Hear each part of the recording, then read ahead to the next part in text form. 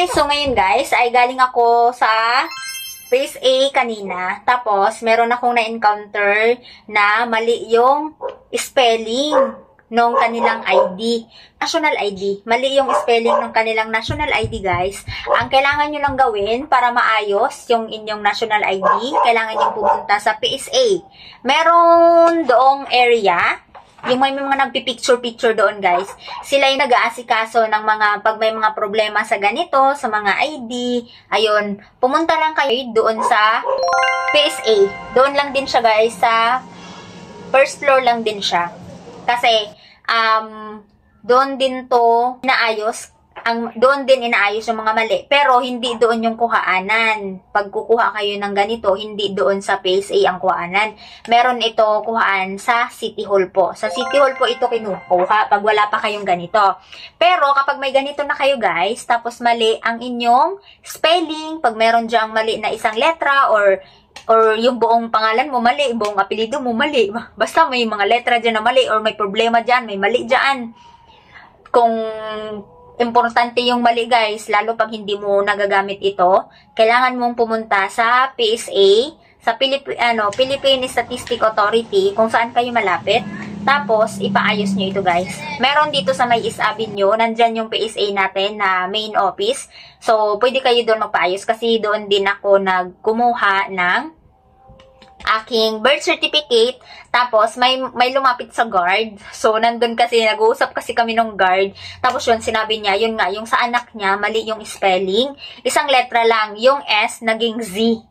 So, yun. Kaya, kailangan, hindi niya daw yung nagagamit. Kasi sa apelido nila yun eh, na yung S, naging Z.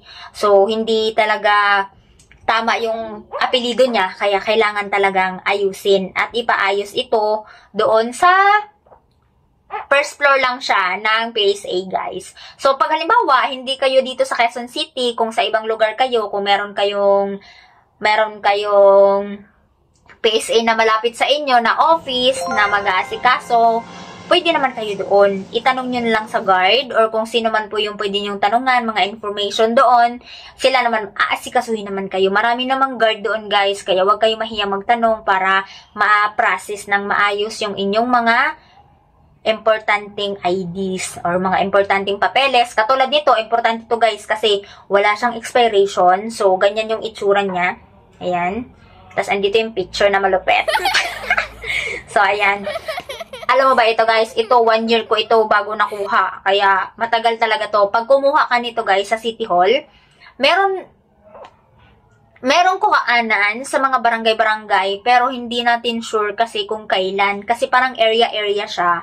So, para sure kung saan kayo talaga kukuha, sa City Hall, sa munisipyo ninyo kung saan kayo malapit. So, saan kayo nasasakop. So, doon lang. Ang kailangan nyo lang, valid ID lang. So, meron din akong ginawang video niyan kung paano kumuha nito, guys.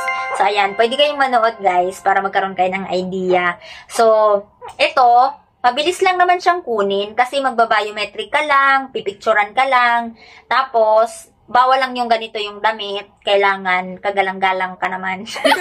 So, merong mga mga t-shirt ka or mag-polo ka, mag-dress ka, basta hindi lang kita yung mga kabalikatan mo, tapos walang earrings, ganun, walang hikaw, yun. Pag nag-picture na yun, guys.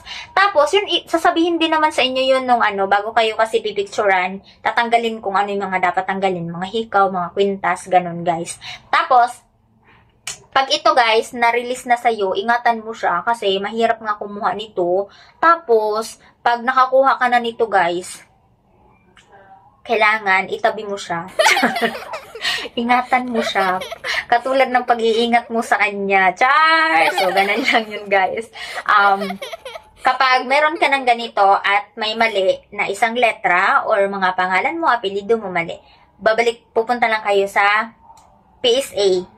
Sa Philippine Statistics Authority, PSA yan siya. Yung kung ano ng birth certificate, doon kayo pupunta at sabihin nyo na kailangan mong ipaayos itong inyong ID kasi mali. So, kailangan mo itong dalhin, yung ID mo, tapos pwede kang magdala din ng another ID kapag meron ka pang ID. Kapag estudyante ka pa, edi yung school ID mo. Ganon. Tapos, kapag wala ka talagang ID, di ba yung birth certificate mo, dalhin mo. Lahat ng pwede mo madala, dalhin mo na. O, nanay mo, dalhin mo rin. Siyempre, pag mga underage, kailangan ng consent pa ng parents. So, pwede kayo magdala ng yung nakakatanda ba para maasikaso kayo. Kasi pag minor kasi, syempre, kailangan nyo ng meron pang gabay ng magulang, yung mga ganon. So, ayun guys, katulad nung, yung napunta namin yung nakasama ko, yung anak niya yung may problema. So, mag-18 pa lang years old yung anak niya. So, kailangan, sabi ng guard, kailangan niyang samahan pagpunta sa PSA para ipaayos ito. So, ayun guys, yun lang naman yung nabanggit. So, pag nagpaayos na, hindi ko alam kung gaano katagal siya, tapos kung kailan makukuha. So, pag halimbawa, ganon nga, nagkaroon kayo ng ganong case na nagkaroon ng maling spelling, ayun, pag pinaayos nyo, sasabihin naman nila sa inyo kung kailan mo siya kukunin or kung i-deliver na lang ba. So, sila na ang kakausapin nyo doon guys, kasi hindi ko pa naman siya na-experience. Sila na yung tanongin nyo kung gaano siya katagal makukuha, kung gaano siya katagal makukorek. So, sa ngayon guys, ang mai-share natin sa inyo, yun lang kung saan siya ipapaayos kapag may problema, may mali. Ayun. Sa PSA lang siya ipapaayos. So, ayun guys.